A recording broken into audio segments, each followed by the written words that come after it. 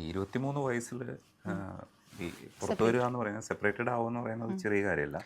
അപ്പോൾ ആ തീരുമാനം എടുക്കുമ്പോൾ ശരിക്കും കയ്യിൽ ഈ പാട്ടൊക്കെ ഉണ്ടായിരുന്നോ ആ സമയത്ത്? വീട്ടിൽ പാട്ട് മാത്രമേ ഉണ്ടായിരുന്നുള്ളൂ എൻ്റെ ഉള്ളിൽ. ഉം, എനിക്ക് വേറെ ഒന്നും, ബാക്കി ഞാൻ അതുവരെ സമ്പാദിച്ച കുറച്ച് കാര്യങ്ങളുണ്ടല്ലോ, ഉം, മെറ്റീരിയൽ ആയിട്ടുള്ള കുറച്ച് കാര്യങ്ങൾ, അതെല്ലാം തന്നെ ഈ കല്യാണത്തോടൊപ്പം തന്നെ എനിക്ക് നഷ്ടപ്പെടുകയും കൂടി ഉണ്ടായി. ഉം, ഒരുപാട് നഷ്ടങ്ങൾ എനിക്കുണ്ടായി.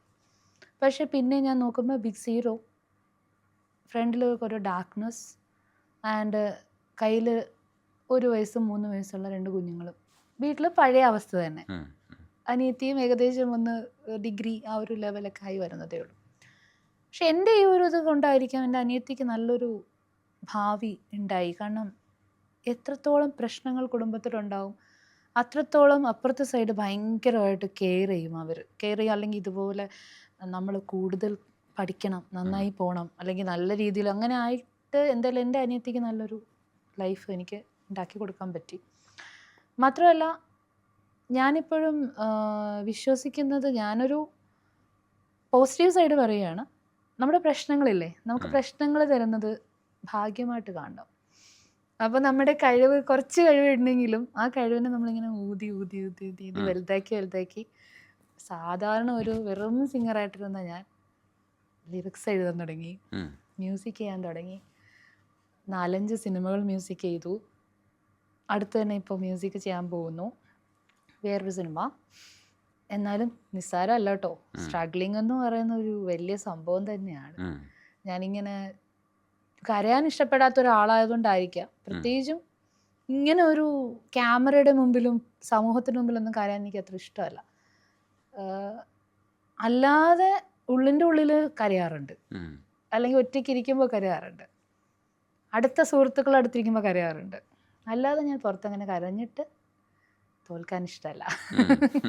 പക്ഷേ അതെ. ഈ നോട്ടുമാലകളൊക്കെ കിട്ടിയിരുന്ന ഒരു കാലമുണ്ടല്ലോ, അത് സ്റ്റേജ് ഭയങ്കരമായിട്ട് അടക്കി ഭരിച്ചിരുന്ന ഒരു കാലമാണ്. നിങ്ങൾക്ക് ഒരുപാട് പ്രോഗ്രാംസ് ഒക്കെ ഉണ്ടായിരുന്നു. ഉറപ്പായിട്ടും അപ്പോൾ കിട്ടിയ കുറേ സ്നേഹമുണ്ട്. ആ സമയത്തൊക്കെ ഒരുപാട് ആൾക്കാർ പ്രപ്പോസലുമായിട്ട് വന്നിട്ടുണ്ടാവും. ഒരുപാട്. അവരുടെയൊക്കെ ശാപമുണ്ടെന്ന് സംശയമുണ്ട്. ഇപ്പം ഞങ്ങൾ തന്നെ നോക്കിയിരുന്ന ഒരു ആരാധനയോട് നോക്കിയത് കൊണ്ടാണ് ഞങ്ങൾക്ക് ഇത് കാണാൻ വന്നത് എന്നുള്ളത് കൂടാണ്. നിങ്ങളുടെ പാട്ട് നല്ലതാണ്, ഇതൊക്കെ കളറൊക്കെ നല്ലതാണ്, നല്ല ട്രൂപ്പാണ്, അതൊക്കെ ശരിയാണ്.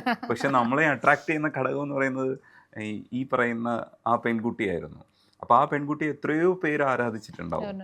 എനിക്ക് ലെറ്റേഴ്സ് ഒക്കെ ഇഷ്ടം പോലെ ട്രൂപ്പിൽ വരുമായിരുന്നു ഒരുപാട്. അന്ന് ഈ വാട്സപ്പും ഫോണും ഒന്നും ഉണ്ടായിരുന്നില്ലല്ലോ. അപ്പോൾ ഒരുപാട് ലെറ്റേഴ്സ്. പക്ഷെ ഞാൻ നേരത്തെ പറഞ്ഞ ആ ഒരു കുടുംബത്തിൻ്റെ പ്രാരാബ്ദമില്ലേ, അത് ഞാൻ വളരെ സീരിയസ് ആയിട്ട് എടുത്തിട്ടുണ്ടായിരുന്നു.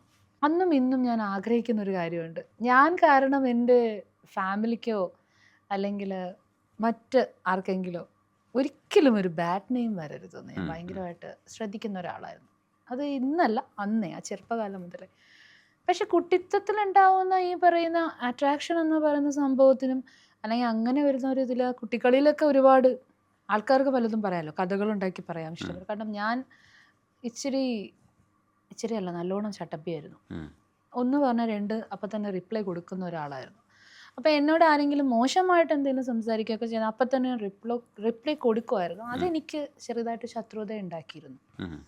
അപ്പോൾ പലർക്കും അത്ഭുതമാണ് ഞാൻ എന്തുകൊണ്ടാണ് അഫെയറിലോ അല്ലെങ്കിൽ അങ്ങനത്തെ കാര്യങ്ങളിലൊക്കെ ഒന്നും പെട്ടെന്ന് വീണ് പോകാത്തത് എന്നുള്ളത്.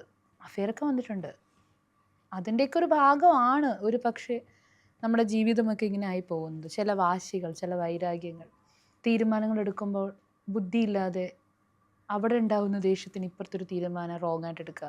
ഇങ്ങനെയുള്ള കാര്യങ്ങളൊക്കെ ആരെങ്കിലുമൊക്കെ ഇനി ചെയ്യാൻ ഉദ്ദേശിക്കുന്നുണ്ടെങ്കിൽ ആരും ചെയ്യരുതെന്നുള്ളതാണ് എൻ്റെ അഡ്വൈസ്. കാരണം നമ്മൾ ലൈഫിൽ ഒരാളുടെ എന്തെങ്കിലും ദേഷ്യം ഉണ്ടെങ്കിൽ ആ ദേഷ്യം തീർക്കാൻ ഇപ്പുറത്തൊരു റോങ് ഡെസിഷൻ.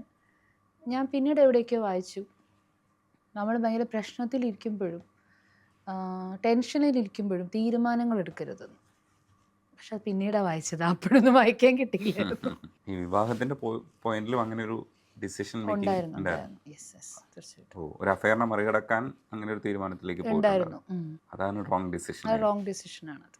റോങ് ഡിസിഷൻ എന്നുള്ളതല്ല, അത് നമ്മുടെ ഒരു ഇപ്പോഴത്തെ ആൾക്കാർ വളരെ ഈസി ആയിട്ട് പറയണൊരു വാക്കുണ്ട്, തേച്ചിട്ട് പോയി എന്ന് പറയും.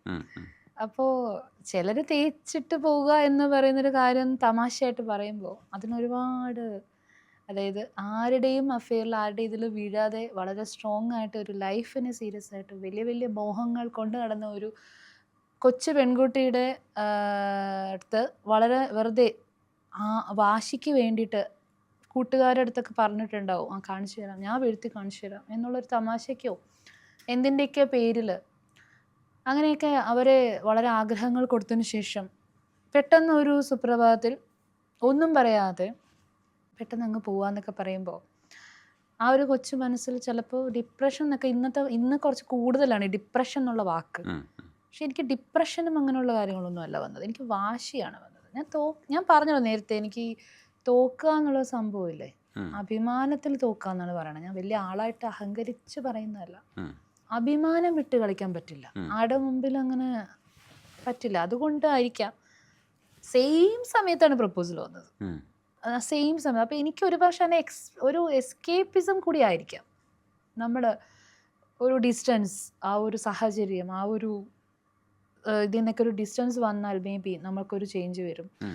പ്ലസ് പുതിയൊരു അടുത്ത സ്റ്റെപ്പ് എടുക്കാം, നല്ലൊരു സ്റ്റെപ്പ് എടുക്കാം എന്നൊക്കെ. പക്ഷെ ആ സ്റ്റെപ്പ് എടുത്തപ്പോഴുള്ള പ്രതീക്ഷകളെല്ലാം ബിഫോർ മാരേജ് പറഞ്ഞിരുന്ന വാഗ്ദാനങ്ങളും എല്ലാം ഫേക്കായിരുന്നു.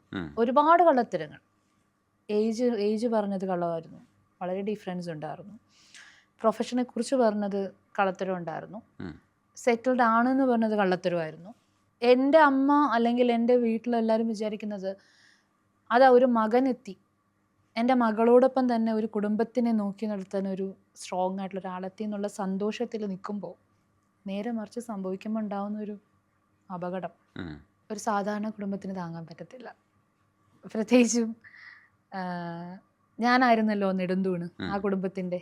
അപ്പോൾ ആ ഒരു നെടുംതൂണിനെ മൊത്തത്തിൽ ബ്രേക്ക് ചെയ്തുകൊണ്ടാണ് എല്ലാം സംഭവിക്കുന്നത്. എൻ്റെ അമ്മയോ അച്ഛനോ സെൽഫിഷോ അല്ലെങ്കിൽ എൻ്റെ ഫാമിലി സെൽഫിഷ് ആയിരുന്നെങ്കിൽ അവരങ്ങനെ ഒരു തിരിച്ച് ചിന്തിക്കാം. ആ ഏജിൽ എന്നെ കല്യാണം കഴിപ്പിച്ചുകൊണ്ട് കാര്യം ഉണ്ടായിരുന്നില്ല, അവർ സെൽഫിഷ് അല്ലായിരുന്നു. അതുകൊണ്ടാണ് എൻ്റെ ഭാവി നന്നാവട്ടെ എന്ന് വിചാരിച്ചത്. അല്ലെങ്കിൽ ഞാനായിരുന്നല്ലോ അവിടെ ഇൻകം കൊണ്ടുവരുന്ന ഒരേ ഒരു വ്യക്തി ആയിരുന്നു ഞാൻ. അത് അങ്ങനെ സംഭവം. ഇനി പാട്ട്, മ്യൂസിക് ചെയ്ത പാട്ട് തന്നെ പാടും. ഇപ്പൊ മൃദുല ഇപ്പൊ പാടിയില്ല ഒരു പാട്ട്, സാന്ദ്രമാ രാത്രിയിൽ, അത് പാടാം. ഓക്കെ, ഈ പാട്ട് രണ്ടുപേര് പാടിയിട്ടുണ്ട്.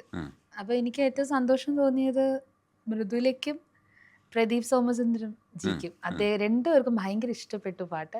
പ്രദീപേട്ടനെ കുറിച്ച് പറയുകയാണെങ്കിൽ അദ്ദേഹം രവീന്ദ്ര മാഷ്, ജോൺസൺ മാഷ് ഒരുപാട് പേരോടെ സഹകരിച്ച ഒരു സിംഗറാണ്. പിന്നെ അല്ല, എനിക്ക് അത് മാത്രം അറിയണ്ടായിരുന്നുള്ളൂ. പക്ഷെ അദ്ദേഹം ഇങ്ങനെ ഒരു സ്റ്റോറി പറഞ്ഞപ്പോഴാണ് എത്രയോ പാട്ടുകൾ അദ്ദേഹം രവീന്ദ്ര മാഷിന്റെയും ജോൺസൺ മാഷിന്റെയും ഒക്കെ ട്രാക്ക് പാടിയിട്ടുണ്ട്. അല്ലാതെ സിനിമയിലും അത് പാട്ടുകൾ വന്നിട്ടുണ്ട്. അപ്പം അങ്ങനെ ജ്ഞാനമുള്ള ഒരാളെ നമ്മുടെ പാട്ട് നല്ലതാണെന്നും വളരെ നല്ലതാണെന്നും ഇങ്ങനെ എടുത്ത് പറയുമ്പോൾ ഭയങ്കര ഹാപ്പി ആയിട്ട് പോയി.